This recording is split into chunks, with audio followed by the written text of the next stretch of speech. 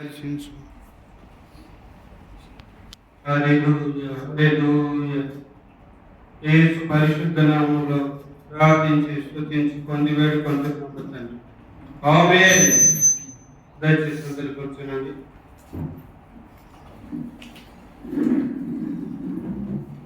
హల్లెలూయా, హల్లెలూయా.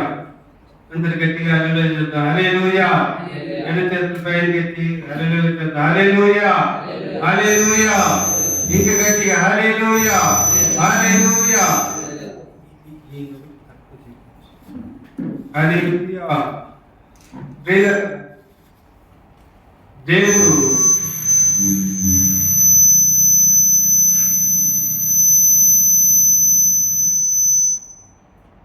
హల్లెలూయా, హల్లెలూయా. దేవుడు చాలా నమ్మదగిన దేవుడు. దేవుడు మనిషిని నమ్ముతూ ఉన్నాడు. ఆదాము నుంచి ఇప్పటి వరకు దేవుడు ఒక మనిషిని నమ్ముతూ ఉన్నాడు. దేవుడు ఎవరు నమ్ముతున్నాడు? మనిషిని నమ్ముతూ ఉన్నాడు. మన ద్వారా తన పని జరిగించడానికి మనల్ని నమ్మి మనల్ని ఆయన రక్షిస్తూ వస్తున్నాడు. మానవులను రక్షిస్తూ వస్తున్నాడు. దేవుని సన్నిధికి వచ్చేటప్పుడు హల్లెలూయా, దేవుని సన్నిధికి వచ్చేటప్పుడు ఆసక్తితో వస్తారు. దేవుని కొరకు నేను బాగా బలంగా నిలబడాలండి, దేవుని కొరకు నేను ఏదో ఒకటి చేయాలి. ఎందుకంటే యేసు ప్రభువు నా కొరకు తన ప్రాణాన్ని పెట్టాడు. నా కొరకు ఎన్నో శ్రమలు అవమానాలు పొందాడు. నేను ఏదో ఒకటి దేవుని కొరకు చేయాలి. నేను క్రీస్తు కొరకు సాక్షిగా బ్రతకాలని ఆశపడుతున్నాను. కానీ కొద్ది కాలము బాగా వెంబడిస్తారు. కొద్ది కాలము బాగా వెంబడించిన తర్వాత ఏదో ఒక పొరపాటు చేసినందుకు, ఏదో ఒక పాపము చేసిన వల్ల మనుషులు దేవునికి దూరం అవుతూ వస్తున్నారు. దేవునికి దూరం అవుతూ వస్తున్నారు. అయ్యో అయ్యో, హల్లెలూయా. అయ్యో, నేను దేవునికి వ్యతిరేకముగా పాపము చేశాను. దేవునికి వ్యతిరేకంగా నేను ఈ తప్పు చేశానని దేవునికి దూరం అవుతూ వస్తున్నా. దేవునికి దూరము అవుతూ ఉన్నారు. కానీ దేవుని వాక్యం ఏం చెప్తుందంటే ప్రియులారా, దేవుని వాక్యం ఏమి చెప్తుందంటే, ఏదైనా ఒక పొరపాటు నీ జీవితంలో వచ్చినప్పుడు నీవు దేవుని విడిచిపెట్టమని దేవుని వాక్యము చెప్పడం లేదు ప్రియులారా. దేవుని వాక్యము అలాగా చెప్పడం లేదు. మొదటి యోహాను పత్రిక చూడండి, తీయండి.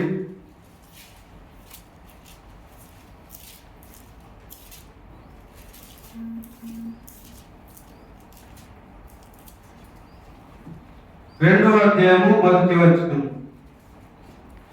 అధ్యాయము మొదటి వచనం చూడండి. నా చిన్నపిల్లలారా, మీరు పాపం చేయకున్నట్టుకై ఈ సంగతులను మీకు రాయుతున్నాను. దేనికి రాస్తున్నానండి? మీరు పాపము చేయకున్నట్టుకై ఈ సంగతులను మీకు రాయుతున్నాను. ఎవరైనాను పాపము చేసిన ఎడల, గుర్తుపెట్టుకోండి, ఎవడైనాను ఒకవేళ పాపము చేస్తే, కానీ దేవుడు ఏం చేశాడు? మీరు పాపము చేయకున్నట్లుగా ఈ సంగతులు రాస్తున్నాడు. మీరు ఏం చేయకూడదంట? పాపము చేయకుండానట్లుగా ఈ సంగతులు రాస్తున్నానయ్యా. అయితే ఒకవేళ మీలో ఎవరైనా పాపం చేస్తే ఎవరైనా పాపము చేసిన యెడల నీతిమంతుడైన యేసుక్రీస్తును ఉత్తరవాది తండ్రి యొక్క మనకున్నాడు. ఆయన మన పాపములకు శాంతికరమై ఉన్నాడు. శాంతికరమై ఉన్నాడు కానీ 4 ఉంది కదా, అక్కడ ఏముంది కింద పుట్టినోట్లో ప్రాయశ్చిత్తమై ఉన్నాడు. దేవుడు మన పాపాలకు ఏం చేశాడంటే ప్రాయశ్చిత్తం చేశాడు. హల్లెలూయా, హల్లెలూయా. మనందరి పాపాల కొరకు ఏం చేశాడు? ప్రాయశ్చిత్తం అంటే పాపాలకు క్షమాపణ ఇచ్చేశాడు.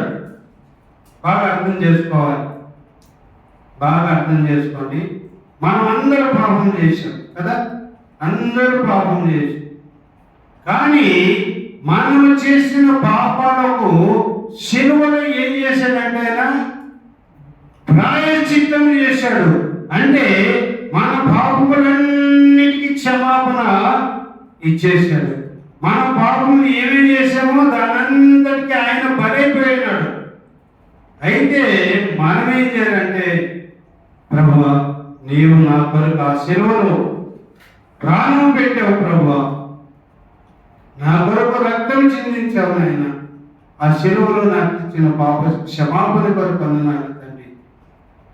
నీవు నన్ను నా పాపములను అన్ని ఆ శిలువలో నన్ను క్షమించి మీరు కార్చిన రక్తముతో నన్ను కడుగు ప్రభు అని ప్రార్థన చేస్తే ఈ ప్రాయశ్చిత్తం మనకు దొరుకుతుంది. హల్లెలూయా, హల్లెలూయా. ఏం చేయాలండి? మనము శిలువ వైపు చూసి యేసయ్యా నీవు నా పాపములన్నిటి కొరకు ఆ శిలువలో ఎంత ఘోరంగా చనిపోయినావు నాయన.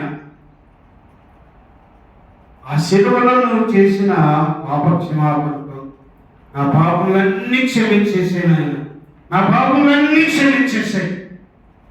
అలాగే మీరు నా కొరకు ఆ శిలువలో రక్తము కార్చారు కదా, ఆ రక్తంతో నా పాపమంతా నడిచేస్తుండే అది కాలు వరకు నా పాపములన్నీ కడిగిపోయినంటే వెంటనే ఆ ప్రాయశ్చిత్తం మనకు దొరుకుతుంది ప్రియులారా. హల్లెలూయా. ఇందులో మనం ఏమైనా కష్టపడ్డామా?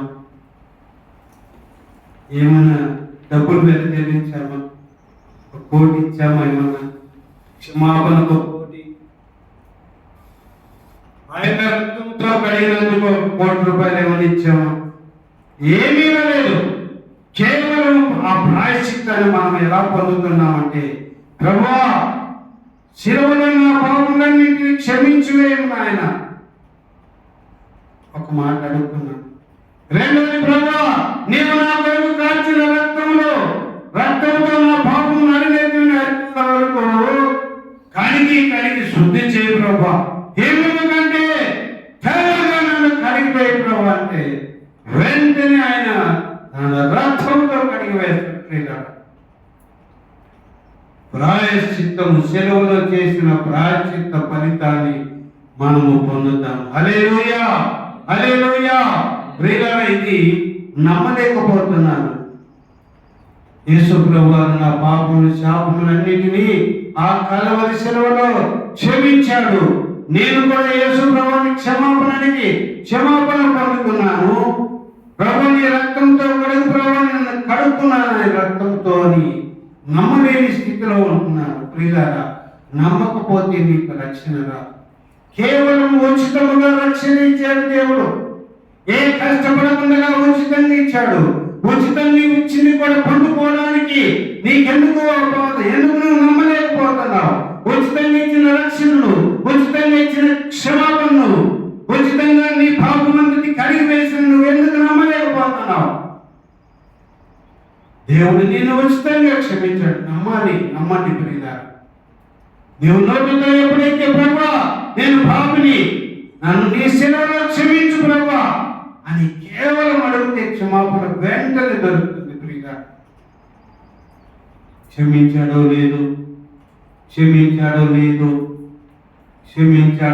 నా పాప, అయ్యో నా పాపను క్షమించాడో లేదు.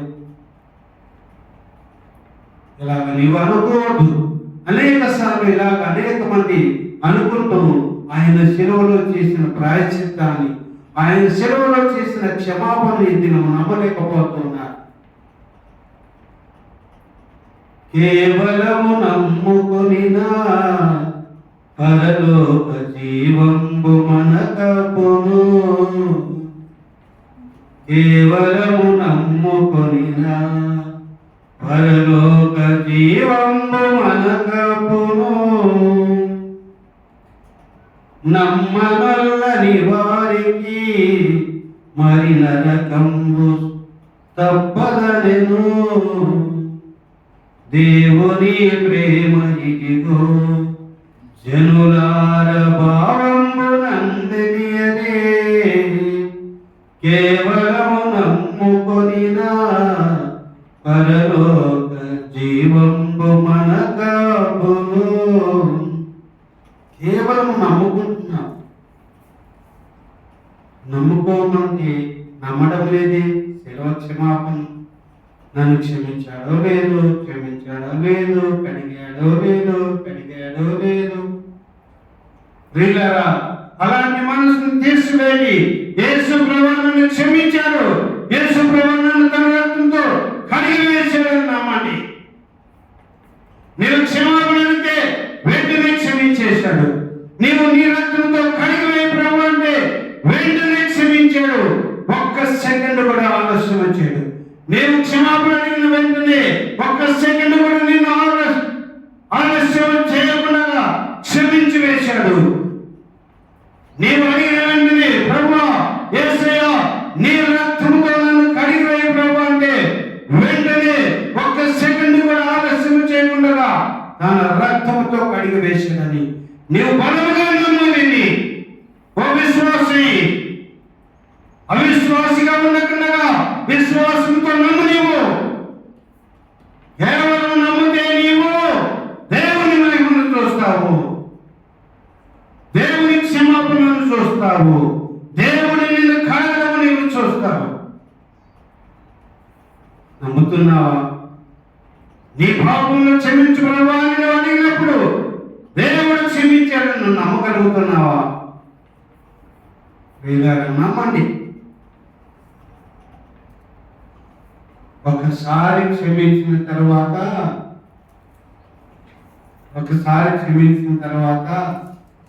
మళ్ళీ మాటి గుర్తు పెట్టుకుంటాడా యేసు? నువ్వు అడిగావు, క్షమాపణ అడిగావు,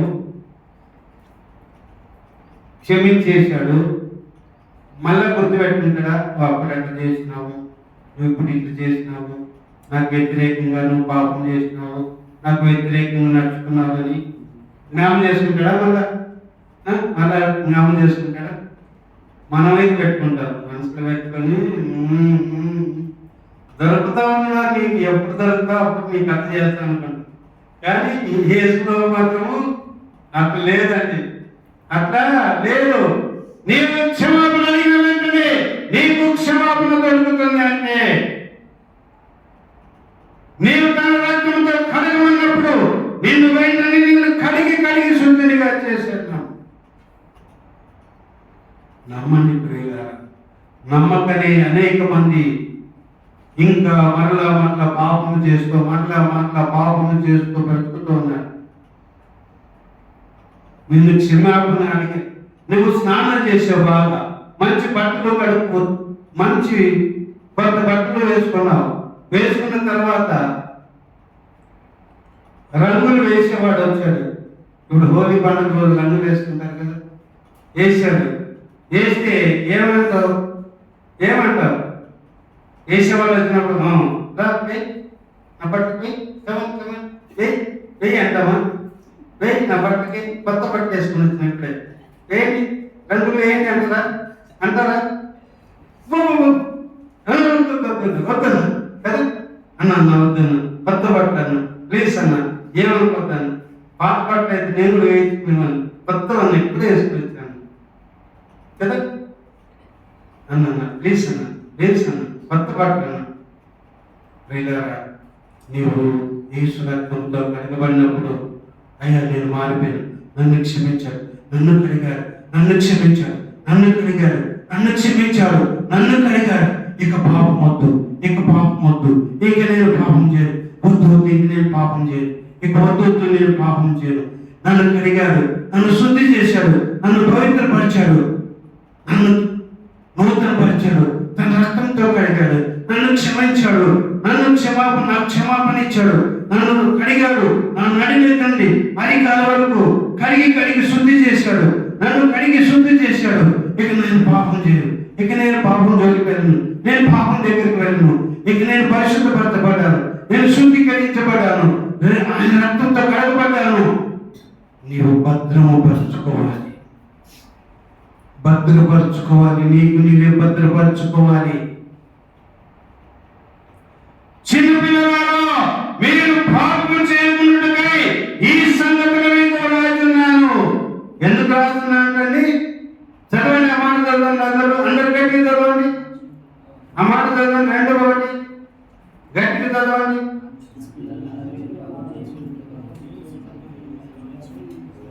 మళ్ళీ చదవండి. అదే, చిన్నపిల్లలారా, మీరు పాపం చేయకున్నట్టుకై ఈ సంగతులు మీకు రాస్తున్నాను. చిన్నపిల్లలారా, మీరు పాపం చేయకున్నట్టుకై ఈ సంగతులు మీకు రాస్తున్నాను. ఎందుకు రాస్తున్నాడు మాట? ఎందుకు రాస్తున్నాడు? హలో బాగున్నారా? ఎందుకు రాస్తున్నాడు ఈ మాట? చెప్పాలి, అందరికీ చెప్పాలి. ఎందుకు రాస్తున్నాడు చెప్పాలి. తనకి కింద పెట్టుకున్నాం పైకి. ఎందుకు రాస్తున్నాడు ఈ మాటలు? ఎందుకు రాస్తున్నాడు? పాపము చేయకుండాకి రాస్తున్నాడు. కొత్త బట్టలు వేసుకున్నాడు, వెళ్ళాడు, ఏమన్నాడా? అన్నా ప్లీజ్ వద్దన్నా, నేను కొత్త బట్టలు వేసుకున్నాను, వద్దన్నా ప్లీజ్ అన్నా ఎలా బతుకులాడుకున్నాడో. తప్పించుకొని పారిపోయాడా? నీవు కూడా పాపం చేయకున్నాడు. నేను పాపం చేయను, నేను దూరంగా ఉంటాను, నాకు పాపం వద్దు, నేను పాపం జోలికి నేను పోను, వద్దు పాపం జోలికి నేను పోను అని యేసేపు ఏమన్నాడు? పోతిఫర్ భార్య పిలుస్తోంది, రా, ఇదిగో ఈ మందిరంలో, ఈ రాజభవనంలో ఎవరు లేరు, నీవు నేను తప్ప ఎవరు లేరు, ఇదిగో హాయిగా సుఖిస్తాము, ఎంజాయ్ చేద్దామరా, నాతో పడుకో, నాతో పాపం చేయండి. అమ్మా,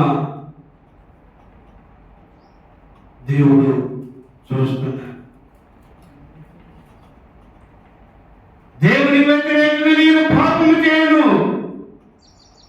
అయ్యా, నువ్వు పిచ్చివాడివే, ఇక్కడ ఎవరు లేరు, నువ్వు నేను తప్ప ఎవరు లేరు, రాజు లేరు, మంత్రులు లేరు, పనికర్తలు లేరు, చెలికర్తలు లేరు, ఎవరు లేరు, మనం ఇద్దరమే ఉన్నామరా. వద్దని వెళ్ళిపోతుంటే బట్టలు లాగింది, బట్టలు ఊడిపోయినవి, విడిచిపెట్టాడు, పరిగెత్తాడు. నీవు అలాగే ఉండాలి, నేను పాపం జోలికి పోను, నేను పాపం నేను చేయను, వద్దు నేను పాపం చేయనని. హల్లెలూయా. ఇక్కడ కాదా? అయ్యా, నేను పాపం చేయను, యోసేపు అన్నాడు, నేను పాపం చేయనని పరిగెత్తి వెళ్ళిపోయాడు. నీవు కూడా పాపము చేయకుండా నిమిత్తము నీకు చెబుతున్నాడు దేవుడు. పరిశుద్ధుడైన యోహాను చెబుతున్నాడు, నీవు పాపము చేయకుండాన్నట్లుగా. ఎలా పాపం చేయకుండా? యోసేపు మీదకి పాపం వచ్చింది, పాపం చేశాడా? పారిపోయాడా? పాపం చేశాడా? ఎట్లా చేశాడు? పారిపోయినాడు. అక్కడ ఉండకుండా, ఆ ప్రాంతంలో ఉండకూడదు. నీవు పాపం జరిగే చోట, చెడు జరిగే స్నేహితుల దగ్గర నువ్వు ఉండడానికి వీల్లేదు, చెడు మార్గం నడిచే స్నేహితులతో నువ్వు ఉండడానికి వీల్లేదు. నీవు రోజుగా రాసుకొని పూసుకొని తిరగడానికి వీల్లేదు. అవిశ్వాసంతో పోతే ఏమిటి? ఎక్కడ దేవుని వాక్యం. అవిశ్వాసంతో నీవు విజ్జోడుగా ఉండకూడదు. ఉద్యోగులు అంటే ఇలా రాసుకొని పోసుకొని తిరగకూడదు. హాయ్ అంటే హాయ్, బాయ్ అంటే బాయ్ అన్నట్టుగా ఉండాలి. అవిశ్వాసంతో చెడకూడదు. నువ్వు రాసుకొని పోసుకొని ఏమిటి? హాయ్ అంటే హాయ్, బాయ్ అంటే నువ్వు ప్రార్థనలో నడిపించడానికి హలో అంటే హలో అన్నట్టుగా ఉండాలి. నువ్వు ప్రార్థన నడిపించడానిక ఏ వ్యక్తితోనైనా నీ మోటివేషన్ అంతా, నీ ఆలోచన అంతా లోకస్తుని నడిపించడానికి సహవాసం ఉండాలి, కానీ రాసుకొని పూసుకొని తిరగడానికి. అవిశ్వాసతో విశ్వాసకి జోడెక్కడిది. యోసేపు దూరంగా పారిపోయినాడండి. దూరంగా పారిపోయాడు. పారిపోయాడా కలిసి క్షమించినాడా? చెప్పండి. పారిపోయినాడా? పారిపోయాడు కదా. పాపము జోలికి వెళ్ళకుండా మీరు పాపము చేయకున్నట్లుగా ఆ రంగును వేస్తుంటే ఎలాగ పారిపోయాడా, ఎలాగ తప్పించుకున్నాడు, ఎలాగ బతికినాడు. నీవు అలాగా తప్పించుకొని పారిపోవాలి. అందుకు దేవుడు ఈ మాటలు రాస్తున్నాడు. దేవుడు ఎందుకు రాస్తున్నాడు? ఓకే, ఎవరు లేరు కదా, ఇక్కడ పాపం చేసినా నన్ను ఎవరు చూడడం లేదా అనుకుంటే యోసేపు ఆ దేశానికి అధిపతి అయ్యేవాడా? ఆ దేశానికి అధిపతి అయ్యాడు. ప్రధానమంత్రి అయిపోయినాడు. రాజు తర్వాత ఆయనే అయిపోయినాడు. కారణం ఏంటంటే నేను పాపం చేయను వద్దు, దేవుడు చూస్తున్నాడు అని పారిపోయాడని. అది భక్తి. భక్తి అంటే అది. నీవు పాపమునకు దూరంగా పరిగెత్తున్నావు లేదు చూసుకో. దూరంగా పరిగెత్తున్నావా నీవు? పాపాన్ని అలా కౌగిలించుకుంటున్నావు.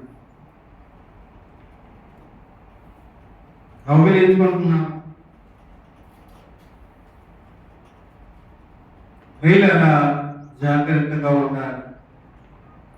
దేవుడు చూస్తున్న దేవుడవు నీవే యేసయ్యా కదా. చూస్తున్న దేవుడు, ఇది కాన్షియస్ ఉండాలి ఎప్పుడు మనకి. దేవుడు చూస్తున్నాడు, దేవుడు చూస్తున్నాడని దేవుడి భయం ఉండాలి నీకు. భయం లేకుండా తినకూడదు.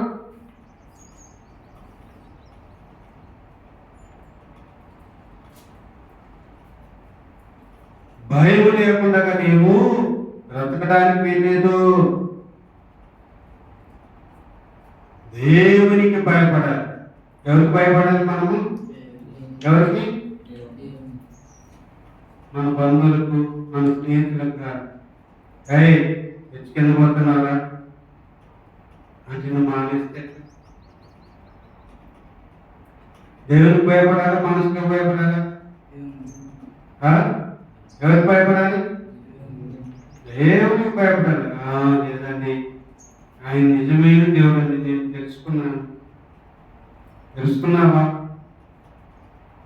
నాకు దేవుడి గురించి చెప్తున్న ఆయన, నా ఫ్రెండ్స్ అందరూ నమ్మారు. హిందువులు, ఒక ముస్లిము, అందరూ హిందువులు, అందరూ నమ్మారు. కానీ బాగా గట్టిగా ఎక్కువ పూజలు చేసేవాడిని. గుళ్ళు గోపురాలు తిరుగుతూ పూజలు చేసి మన దేవుడే గొప్ప దేవుడు, మన దేవుడే నిజమైన దేవుడు.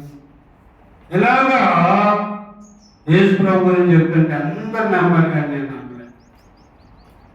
సేవకునికి బేజారు అయిపోయింది. నేనండి అరే అందరు నమ్ముతున్నారు, ఎక్కువ నమ్ముతున్నాడే అని ఒక మాట చెప్పాడు. రవి రోజు నాతో పాటు పొలంలోకి ప్రార్థన రాను.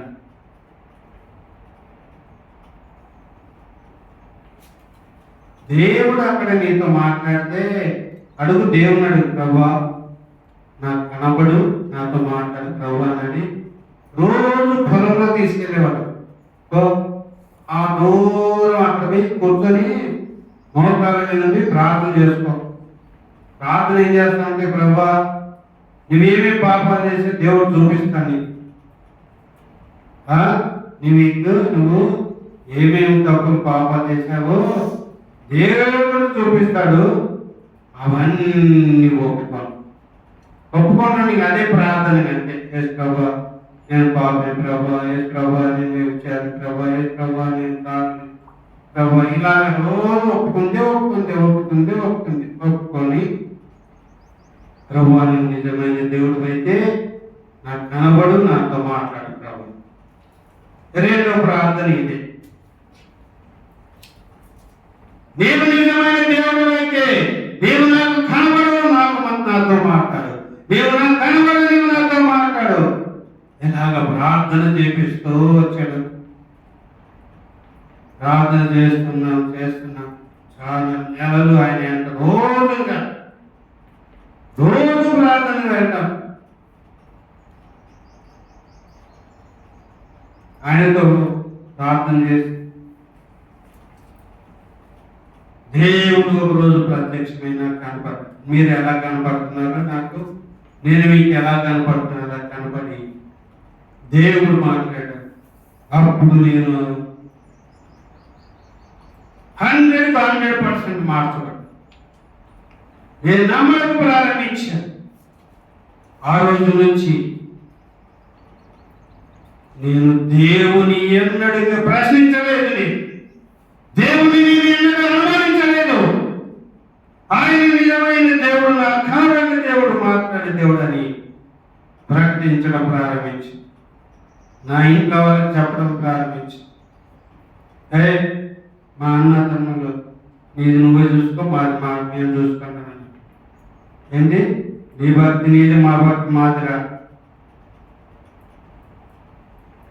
టేప్ రికార్డు ఉండే అప్పట్లో, టేప్ రికార్డు దాన్ని ఏం పెడతారు, క్యాసెట్ పెట్టి పాట పెట్టినారు. సినిమా పాట పెట్టి నేను ఆఫ్ చేసి ఆఫ్ చేసాను. మా తమ్ముడికి ఒక రోజు కోపం వచ్చి, నువ్వు ఒక్కడమేనా ఇంట్లో ఉండేదని చెప్పేసి, నీకెంత అధికారం ఉంటుంది, మాకు ఎంత అధికారం ఉంటుంది, చేతులు కలిసి పడితే పిచ్చలు అయిపోయింది. నా ఇంట్లో వాళ్ళకి చెప్పడం ప్రారంభించి ఈరోజు అందరూ చేసుకుంటున్నాం. ఇంకా నా ఇద్దరు తమ్ముళ్ళు కూడా దేవుని సేవ చేస్తున్నారు. హల్లెలూయా, హల్లెలూయా. భయపడలేదు ఇంట్లో వాళ్ళకి నేను ధైర్యంగా చెప్పడం ప్రారంభించాను. మా నాన్న 2 సార్లు కొట్టాడు. ఎన్నిసార్లు? 2 సార్లు కొట్టాడు. కాలుతో తాను